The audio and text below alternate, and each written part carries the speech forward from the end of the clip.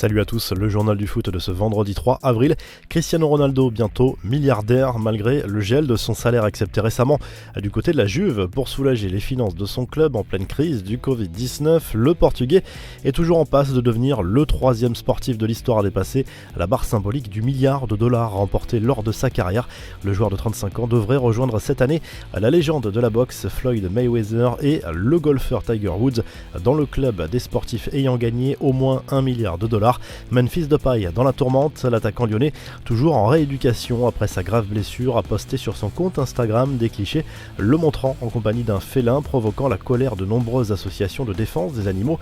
Le buteur néerlandais reconnaît volontiers sa fascination pour les félins et s'est d'ailleurs fait tatouer un énorme lion dans le dos. Face à la polémique, Depay s'est défendu dans un live Instagram. À ceux qui ne connaissent pas les faits, taisez-vous, ils ne sont pas nés dans la nature, je ne pense même pas qu'ils survivraient à l'état sauvage, a répliqué Depay dans des propos rapportés par la presse néerlandaise. Les rumeurs du prochain mercato, un an après avoir été tout proche de boucler l'opération, le Bayern Munich aimerait toujours recruter l'ailier de Manchester City, le roi Sané, cet été, mais le club allemand va devoir repartir à zéro ou presque selon Bild. Sané a en effet changé d'agent et a demandé au champion d'Allemagne de renégocier avec son nouveau conseiller, visiblement plus gourmand. Selon la presse catalane, le FC Barcelone ne retiendra pas Samuel Umtiti lors du prochain mercato. L'international français pourrait rejoindre la Première Ligue où plusieurs clubs sont intéressés, dont Manchester United, Arsenal et Chelsea.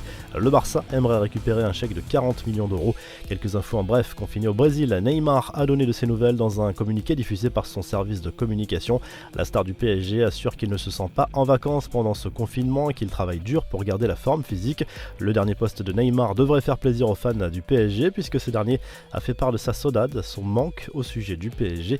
Rentré en Corée du Sud durant la suspension de la Première Ligue, l'attaquant de Tottenham, Son, voudrait en profiter pour effectuer ses quelques semaines de service militaire obligatoire, une version light accordée à certains sportifs notamment.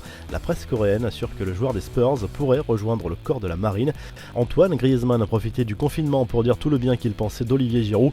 Interpellé au sujet des récentes déclarations de Karim Benzema, l'attaquant des Bleus a notamment rappelé l'importance de son coéquipier lors du Mondial 2018. J'aime Olivier Giroud et c'est un bon joueur, il nous a aidé à remporter la Coupe du Monde, c'est important dans la vie, a lâché le joueur du Barça.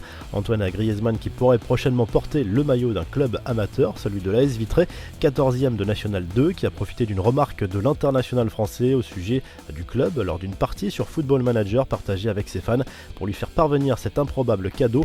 Le club amateur a mis au défi le champion du monde de poser avec le maillot.